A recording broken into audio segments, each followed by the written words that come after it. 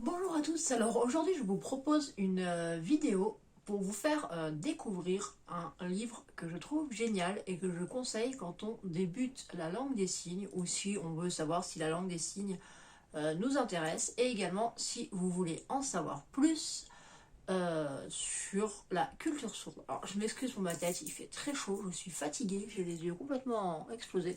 Bref, voilà, alors non je vais pas pleurer, en fait vous allez rire. J'ai ouvert des piments et en fait je me suis frotté les yeux avec le avec l'huile des piments. Donc du coup j'ai les yeux super rouges. Voilà. On dirait que limite que je me suis droguée. Donc non. Donc ne pas morale de l'histoire, ne pas se frotter les yeux quand on a ouvert un pot de piment. Voilà. Bref, passons au sujet. Je vais donc vous parler d'un livre qui s'appelle Moi, sourd et toi. Alors, ce livre-là, vraiment, c'est le livre que je conseille si vous voulez commencer la LSF, mais également si vous voulez avoir plus de détails sur la culture sourde. Il y a un gros chapitre, évidemment, puisque c'est quand même le sujet de base sur la langue des signes, et il est extrêmement bien fait. C'est-à-dire que, alors je vais vous expliquer un peu comment il est construit, c'est-à-dire qu'il y a l'introduction à la langue des signes, on vous explique la langue des signes, etc., comment elle se construit, blablabla, la gestuelle et tout et tout. Et là, donc, vous avez l'univers des signes, donc la différence entre le mime et la LSF. Vous avez également tout ce qui est grammaire, etc., dactylologie, configuration des signes, donc comment se fait un signe, comment on place la main, etc. Donc c'est vraiment, même si c'est axé débutant, c'est vraiment un livre qui est détaillé et qui est vraiment bien quand on veut commencer sérieusement la langue des signes française. Mais il n'y a pas que ça, puisque je vous ai parlé de culture sourde. Et il y a également un chapitre sur la culture sourde qui se nomme Je m'informe, et qui donc parle des noms signés chez les sourds, parce qu'il faut savoir que chez les sourds, moi par exemple je m'appelle Marie-Antoinette, on ne m'appelle pas Marie-Antoinette, parce que si on doit m'appeler Marie-Antoinette, c'est extrêmement long, etc. Donc ils expliquent ça là-dessus, qu'on se donne des signes spécifiques à chaque personne, donc un ou deux signes, pas plus, pour aller très vite. Moi, par exemple, mon signe à moi, c'est l'art, donc art, parce que je suis quelqu'un qui aime l'art en règle générale, je suis une artiste dans l'âme, ou alors, ça dépend avec qui je suis, couleur cheveux, parce que je change tout le temps de couleur de cheveux. Alors je changeais, maintenant c'est plus le cas, je peux plus, mais voilà. Donc ils expliquent ça, ils expliquent par exemple des choses très bêtes que les gens peuvent se poser, la lecture chez les sourds, parce que souvent les gens se posent la question mais pourquoi beaucoup de sourds de naissance lisent mal, etc. Donc ils abordent ce sujet là-dedans, ils abordent aussi les traits culturels de la culture sourde, l'histoire de la langue des signes, la scolarisation chez les sourds, la vie professionnelle chez les sourds, tout ce qui est interprète, et un autre chapitre qui se nomme culture sourde, là qui est plus générique. Et vous avez également des expressions spécifiques aux sourds, parce que oui, les sourds ont leurs expressions qui leur sont propres. Donc ils emploient également, ils abordent également ce sujet-là. Et vous avez en bonus des conseils pour débuter en langue des signes, ce qui est vraiment super, des suggestions pour pouvoir signer et s'entraîner, parce que malheureusement, la langue des signes, il y a peu de monde qui la pratique et c'est parfois compliqué si on n'a pas d'association dans le coin ou que l'association est loin de pouvoir vraiment pratiquer. Donc ils vous donnent des astuces pour pratiquer ou aller. Ils donnent même des gros mots en langue des signes, ça m'a fait rire. Des beaux signes, donc en fait ils appellent ça gros signes pour les gros mots et beaux signes pour les mots genre joli, mignon, etc. Voilà, donc ils utilisent ce mot-là, ils parlent de ça. Ils parlent également des villes en LSF, donc vous allez pouvoir apprendre le nom des villes en LSF, puisque chaque ville a son nom propre. Admettons, Lyon par exemple, c'est Lyon, donc on fait un L, voilà, Lyon. Paris, il y a différents signes pour le faire, mais par exemple Paris, voilà, vous avez la tour Eiffel, Paris, voilà, etc. Donc vous allez apprendre ce genre de choses. Il parle également des associations sourdes, donc vous avez des liens, des sites internet, etc. Évidemment, vous ne pouvez pas cliquer dessus, hein, c'est un livre, mais il vous donne des liens pour aller des sites internet des associations sourdes. Et tout ce qui est questions fréquentes, donc par exemple, qu'est-ce qu'ils auraient comme questions fréquentes? On va voir ça, page 206. Alors, je ne le connais pas par cœur, hein, évidemment, mais par exemple, questions fréquentes. Hop, qu'est-ce que la LSF? Donc voilà, vous avez une réponse très courte de 5 lignes. D'où vient la LSF? Combien y a-t-il de signeurs sourds en France? Donc en fait, ils expliquent ça. Combien y a-t-il d'interprètes? Qui a inventé la dactylologie? Y a-t-il des signes régionaux? Combien de temps pour apprendre la LSF, etc., etc. Être sourd signifie-t-il ne pas entendre? Eh oui, parce qu'en fait, non. Être sourd, je suis sourde et pourtant j'entends. Pas beaucoup, mais j'entends. Voilà, donc ça peut surprendre. Donc du coup, il parle de ça. Un sourd appareillé entend-il comme un entendant? Donc vraiment, ils répondent à plein de questions. Donc il y a 12 questions auxquelles ils répondent. Et c'est vraiment super parce que c'est vraiment des questions qu'on me pose à longueur de temps. Moi, personnellement, oui, tu dis que tu es sourde, mais en fait, tu n'es pas sourde alors que tu entends.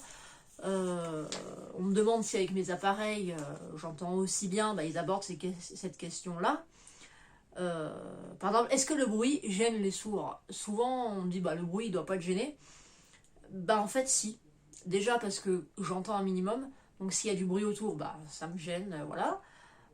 Ça me gêne parce que du coup, bah, ça fait parasite par rapport à d'autres sons que j'ai vraiment besoin d'entendre. S'il y a un son parasite, ça me gêne. Et aussi bah, parce que les sourds, on est très sensible au niveau des vibrations. Donc les bruits forts et tout, moi souvent c'est pas le bruit en lui-même qui me dérange, c'est la vibration. Et c'est vrai, c'est très vrai. À savoir aussi que bah, quand on a des appareils, moi quand je porte mes appareils c'est hyper compliqué, tout est amplifié, donc bah oui, le bruit c'est gênant pour les sourds. Donc voilà, donc c'est vraiment un livre qui est hyper intéressant. Alors vous pouvez le trouver chez monicacompagnie.com. Donc de toute façon je vous mettrai le lien. Ah non, je suis en miroir donc vous n'allez pas le voir. Donc monicacompagnie.com. Donc Monica ça s'écrit M-O-N-I-C-A. .compagnie, compagnie C-O-M-P-A-N-Y-S.com. De toute façon vous aurez le lien en dessous.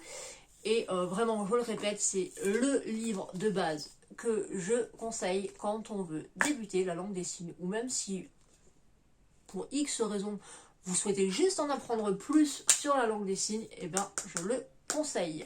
Et d'ailleurs, sur Monica Compagnie, ce qui est bien, c'est qu'on trouve vraiment des livres axés langue des signes française. Parce que le souci qu'il y a souvent chez les libraires en règle générale, elle est vraiment spécialisée surdité, bébé signe, etc. Mais beaucoup surdité. C'est que justement chez les libraires, on trouve beaucoup de livres qui sont des signières de bébé signe. Et il faut savoir que le bébé signe et la langue des signes française, c'est pas la même chose. Donc quand vous demandez chez un libraire, est-ce que je peux avoir des livres en langue des signes française et qui vous montrent un signière de bébé signe, très honnêtement, je vous déconseille de le prendre. Il y a beaucoup de signes qui sont similaires, oui, mais vous ne saurez pas en fait si les signes bébé signes c'est le même ou pas que la langue des signes française, parce qu'il y a des signes en bébé signe qui sont simplifiés pour que les bébés puissent le faire en fait. C'est pas simplifié pour les parents, etc. Mais les bébés n'ont pas la même motricité que nous, donc il y a certains signes qui sont trop compliqués pour eux qui ont donc été simplifiés.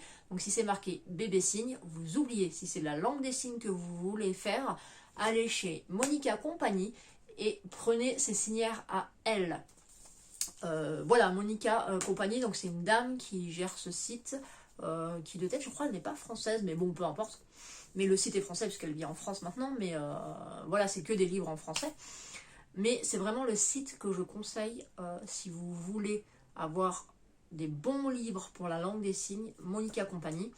Et évitez d'aller chez votre libraire, sauf si, attention, vous dites voilà, je vais chez Monica Compagnie, je prends le titre du livre, vous pouvez le commander chez votre libraire, il n'y a pas de souci. Si c'est comme ça que vous voulez fonctionner. Mais si vous allez chez votre libraire et que vous demandez un livre de langue des signes française, malheureusement, il y a beaucoup de chances que soit vous tombez sur des livres de bébé signe, soit vous tombez sur des livres pas de langue des signes française, mais de langue française signée. Alors c'est différent, c'est-à-dire qu'on signe mot à mot, et du coup, oui, vous allez apprendre des signes, mais ça ne sera pas toujours juste. Ça ne sera pas la bonne grammaire, ils vous expliqueront pas correctement, puisque ça sera du français signé et pas de la langue des signes française. Donc vraiment, je vous conseille Monica Compagnie, je vais me répéter, je suis un perroquet. Pour tous les livres de langue des signes, vous êtes sûr de ne pas vous tromper, parce que vraiment, si c'est marqué langue des signes française, ça ne sera pas du français signé, c'est certain. Si c'est marqué bébé signe, ça sera du bébé signe. Et dans ce cas-là, si c'est pas ce que vous voulez, vous n'y allez pas. Voilà. Il y a aussi, parce que donc, du coup, Monica Compagnie, ils ont fait aussi d'autres, c'est une maison d'édition, ils ont fait aussi d'autres livres dans la même veine, je cherche le nom, qui sont bien, qui s'appelle par exemple Tu vois ce que je veux dire, si vous voulez aller un peu plus loin, qui est pas mal. Elle a vraiment aussi plein de mini-signières qui sont pas mal. Voilà, vous avez par exemple ABC LSF qui est top, qui est un signière visuel. Je vous conseille si vous voulez par la suite continuer la LSF après ce livre-là. Vous en avez même plusieurs, hein, ABC, LSF, je crois qu'ils en ont deux. C'est un dictionnaire visuel bilingue, donc langue des signes française, français. Et vous en avez d'autres qui s'appellent Tu vois ce que je veux dire et Prêt à signer. Voilà, alors prêt à signer, c'est des dialogues de tête. J'ai pas le livre je l'ai pas moi, mais je l'ai eu, on me l'a montré. Et prêt à signer, c'est des exemples de dialogues et tout pour vous entraîner à signer. Voilà, donc le livre s'appelle Moi, sourd et toi, chez de l'édition Monica Compagnie, et que vous trouvez sur le site monicacompagnie.com. Voilà. Si vous avez des questions, n'hésitez pas. Alors l'édition, moi celle que j'ai, c'est celle de 2015. À voir, il les réédite régulièrement et ils font des nouvelles éditions régulièrement.